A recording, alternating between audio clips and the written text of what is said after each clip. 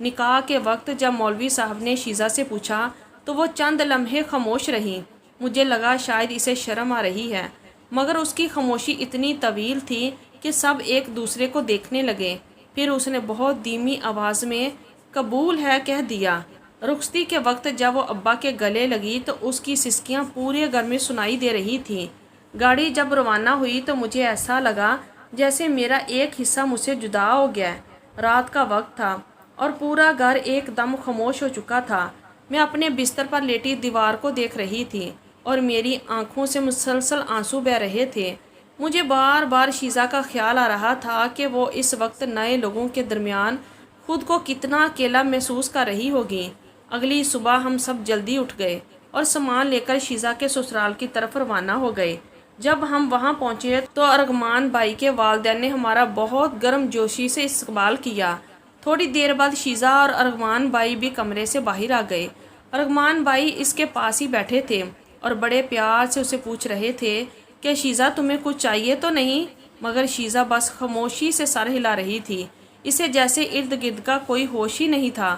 وہ بار بار اپنی انگلیاں مروڑ رہی تھی اور اس کی نظریں کسی ایک جگہ جمی ہوئی تھیں۔ تھوڑی دیر بعد جب سب لوگ باتوں میں مصروف ہوئے تو شیزہ میرے قریب آئی اور دھیمی آواز میں کہنے لگی، شفا میرے ساتھ کمرے میں چلو، مجھے تمہیں کچھ دکھانا ہے۔ کمرے کا دروازہ بند ہوتے ہی شیزہ نے میرا ہاتھ پکڑا اور وہیں فرش پر بیٹھ کر رونے لگی۔ میں نے جلدی سے اسے اٹھایا اور بیڈ پر بٹھا دیا۔ شیزہ کیا ہوا ہے تمہیں؟ تم اس طرح کیوں رو رہی ہو؟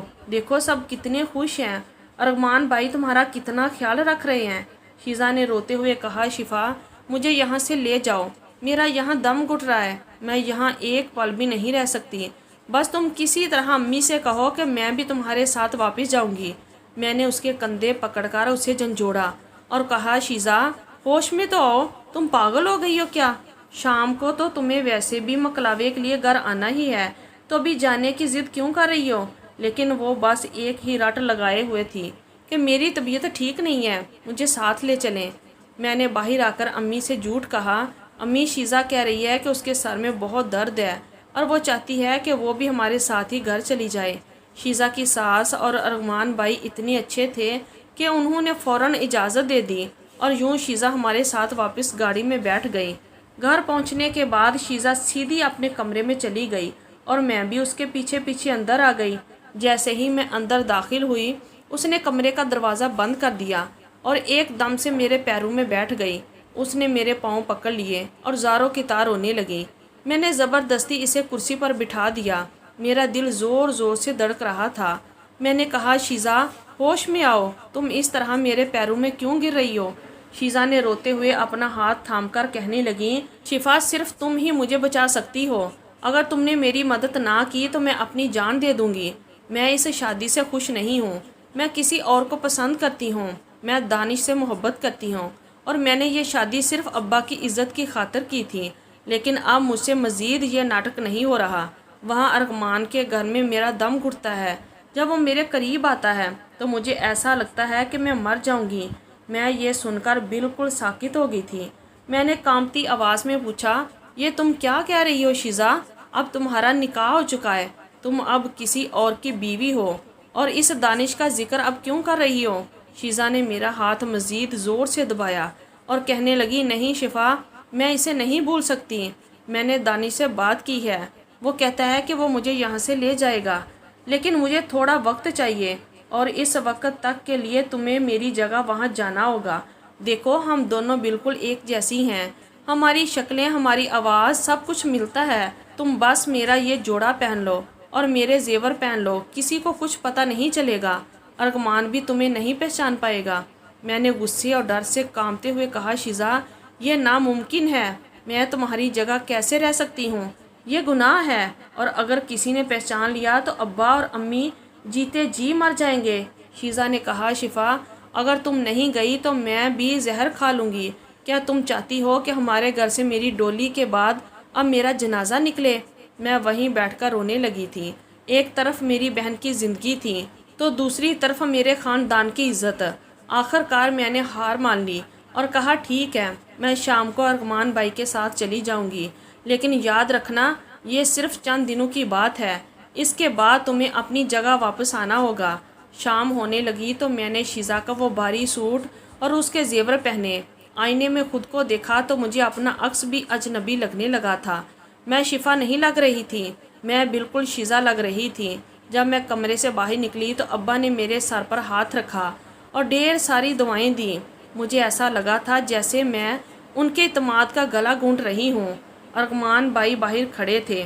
جب میں ان کے قریب پہنچی تو انہوں نے مسکرا کر میری طرف دیکھا اور کہا، چلیں شیزا۔ میں نے کوئی جواب نہیں دیا تھا اور بس خاموشی سے سر جھکا لیا۔ گاڑی میں بیٹھتے وقت میرے ہاتھ پاؤں ٹھنڈے ہو رہے تھے۔ ارغمان بھائی راستے بھر مجھ سے باتیں کرتے رہے کہ شیزا تمہاری طبیعت اب کیسی ہے، لیکن میں نے بس ہوں ہاں میں جواب دیا تھا۔ گاڑی جب ان کے گھر کے سامنے رکی تو ارغمان بھائی نے پیار سے میرا ہاتھ تھاما اور کہا، اب ہم اپنے گھر آ گئے ہیں، پریشان مت ہو، میں تمہارا بہت خیال رکھوں گا۔ ان کے لہجے کی مٹھاس مجھے اندر ہی اندر کاٹ رہی تھی کہ یہ شخص کتنا اچھا ہے اور ہم اس کے ساتھ کتنا بڑا دھوکہ کر رہے ہیں۔ رات میں کمرے کے اندر کی خاموشی اتنی گہری تھی کہ مجھے اپنی سانسوں کی آواز بھی ہتھوڑوں کی طرح سنائی دے رہی تھی۔ میں بیڈ کے کونے پر بالکل سمٹ کر بیٹھی تھی کہ اسی لمحے ارغمان بھائی مسکراتے ہوئے کمرے میں داخل ہو گئے۔ وہ میرے قریب آئے اور بیڈ پر بالکل میرے ساتھ جڑ کر بیٹھ گئے تو میں بے اختیار تھوڑا پیچھے ہٹنے لگی تھی۔ ارغمان بھائی نے یہ محسوس کر لیا تھا اور پھر تھوڑی حیرت سے مجھے دیکھتے ہوئے میرا ہاتھ تھامنے کے لیے ہاتھ آگے بڑھایا تو میں نے جھٹکے سے اپنا ہاتھ پیچھے کر لیا اور بیڈ سے نیچے اترنے لگی۔ میرا پورا جسم کانپ رہا تھا۔ ارغمان بھائی نے حیرانی سے پوچھا، شیزا کیا ہوا ہے؟ تم مجھ سے اس طرح دور کیوں بھاگ رہی ہو؟ کیا میں نے کوئی غلط بات کہہ دی ہے؟ شیزا، مجھے لگ رہا ہے کہ تم مجھ سے کچھ چھپا رہی ہو۔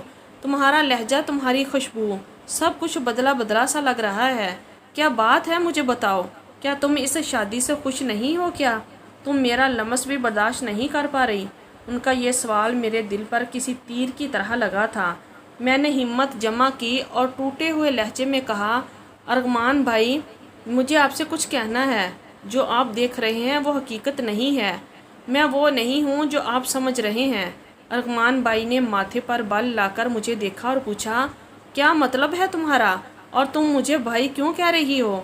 یہ کہہ کر وہ کچھ دیر تک بس مجھے دیکھتے رہے جیسے انہیں یقین نہ آ رہا ہو۔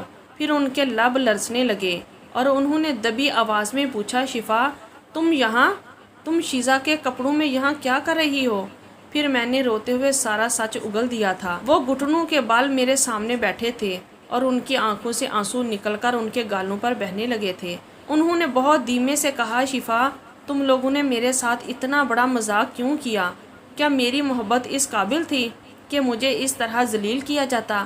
اگر وہ مجھ سے ایک بار کہہ دیتی تو میں خود یہ رشتہ توڑ دیتا، مگر اس نے مجھے اور میرے خاندان کو دھوکہ دیا ہے۔ ٹھیک ہے، میں سارا الزام اپنے سر لے لوں گا اور سب سے کہہ دوں گا کہ ہماری نہیں نبھ سکتی، تاکہ شیزا اپنی مرضی کی زندگی جی سکے۔ ارغمان بھائی کی عظمت دیکھ کر میری آنکھیں بھر آئی تھیں۔ میں نے ان سے درخواست کی، ارغمان بھائی، پلیز مجھے آج رات کا موقع دیں۔ میں کل گھر جا کر شیزا کو آخری بار سمجھاؤں گی، شاید اسے اپنی غلطی کا احساس ہو جائے۔ اگلے دن جب میں واپس گھر پہنچی تو شیزا اپنے کمرے میں چھپی بیٹھی تھی۔ وہ رو رہی تھی اور پھر اس نے مجھے بتایا کہ دانش نے اسے صاف ٹھکرا دیا ہے۔ اب اسے اپنی زندگی کی سب سے بڑی غلطی کا احساس ہو گیا تھا۔ شیزا کو اب سمجھ آ گئی تھی کہ جذبات میں آ کر لیا گیا فیصلہ کتنا بھیانک ہو سکتا ہے۔ پھر آج جب ارغمان بھائی اپنی بیوی کو لینے آئے تھے تو ان کے ساتھ شیزا ہی گئی تھی۔ ارغمان بھائی نے اپنی بڑائی کا ثبوت دیتے ہوئے اسے معاف کر دیا تھا۔ انہوں نے یہ بات کبھی کسی پر ظاہر نہیں ہونے دی کہ اس رات ان کے کمرے میں شیزا نہیں بلکہ شفا تھی۔ شیزا اب ایک بدلی ہوئی عورت تھی۔ وہ ارغمان کی ہر بات مانتی تھی اور ان کا بہت احترام کرتی تھی، کیونکہ اسے پتہ چل گیا تھا کہ ہر مرد برا نہیں ہوتا اور سچی محبت تو وہ نہیں جو آپ کو گناہ کی طرف لے جائے، بلکہ وہ ہے جو آپ کا برم رکھ لے۔ اس سب سے مجھے ایک چیز کا تو پتہ چل گیا تھا کہ مرد ہمیشہ ظالم نہیں ہوتا۔ کبھی کبھی مرد بھی صبر اور عظمت کی وہ مثال قائم کرتا ہے جو پورے گھر کو بکھرنے سے بچا لیتی ہے۔ پیارے دوستو، اس کہانی سے ہمیں یہ سبق ملتا ہے کہ نادانی میں اٹھایا گیا ایک غلط قدم پورے خاندان کی عزت خاک میں ملا سکتا ہے۔ اور ہر مرد برا نہیں ہوتا، کچھ ارغمان جیسے باوقار بھی ہوتے ہیں جو رشتوں کا بھرم رکھنا جانتے ہیں۔ اگر آپ کو یہ سبق آموز کہانی پسند آئی ہے تو ویڈیو کو لائک کریں اور چینل کو لازمی سبسکرائب کریں تاکہ ایسی مزید ویڈیوز آپ تک پہنچتی رہیں۔ کمنٹ میں اپنی رائے ضرور دیجیے گا۔ اللہ حافظ۔